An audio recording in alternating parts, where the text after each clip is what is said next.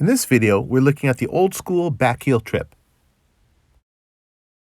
Okay guys, this is the back heel trip. So I'm starting my over under clinch, hand on the shoulder blade, hand on the tricep, and I'm simply gonna step and off balance my opponent to his right rear corner. So I'm gonna step, notice my foot is turning out slightly. Step, then I'm gonna step through with the other leg, I'm gonna catch his thigh with my thigh and bump him, okay? I'm not sweeping the leg like a Soto Gari in Judo. That's a more powerful throw. It also takes more skill. This is like a low power, simpler, safer Soto Gari, okay? So I'm just stepping here and turning, and I'm keeping all my weight down. He's off balance to that corner. I'm gonna bump his thigh with my thigh, and that's the takedown. I'm gonna step, thigh to thigh.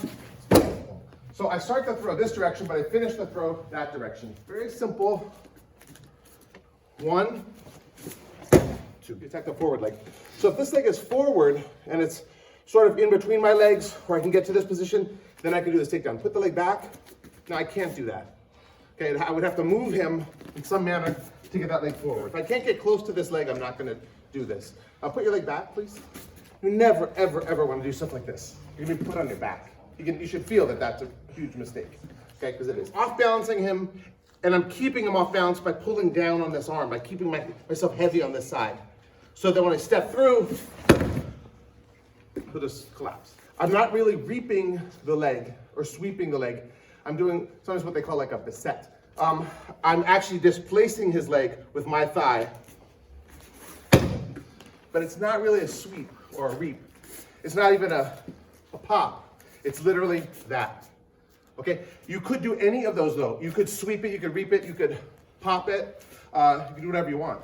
But this is just the way I happen to be showing it. But I'm hitting his thigh with my thigh, displacing it. And I'm gonna control his arm because I don't want him to spin and face me. Then I might move up his body and then I can attack, okay?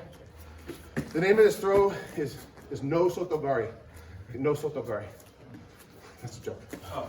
Only the Judo guy got it. Here we go. A little Judo humor. Okay, so here, 2, here, then we're gonna come to there. Now here's what's gonna happen sometimes. So I'm gonna get to this position and he's gonna resist, like you try to throw me, I try to throw you, try to throw me. So whoever drops to their knees first wins. Okay? Drop to both knees at the same time. Boom, bow. So I'm just going like this.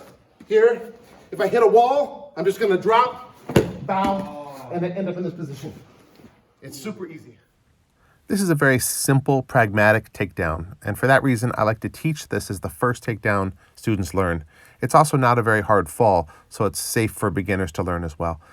There's some version of this technique in almost every martial art.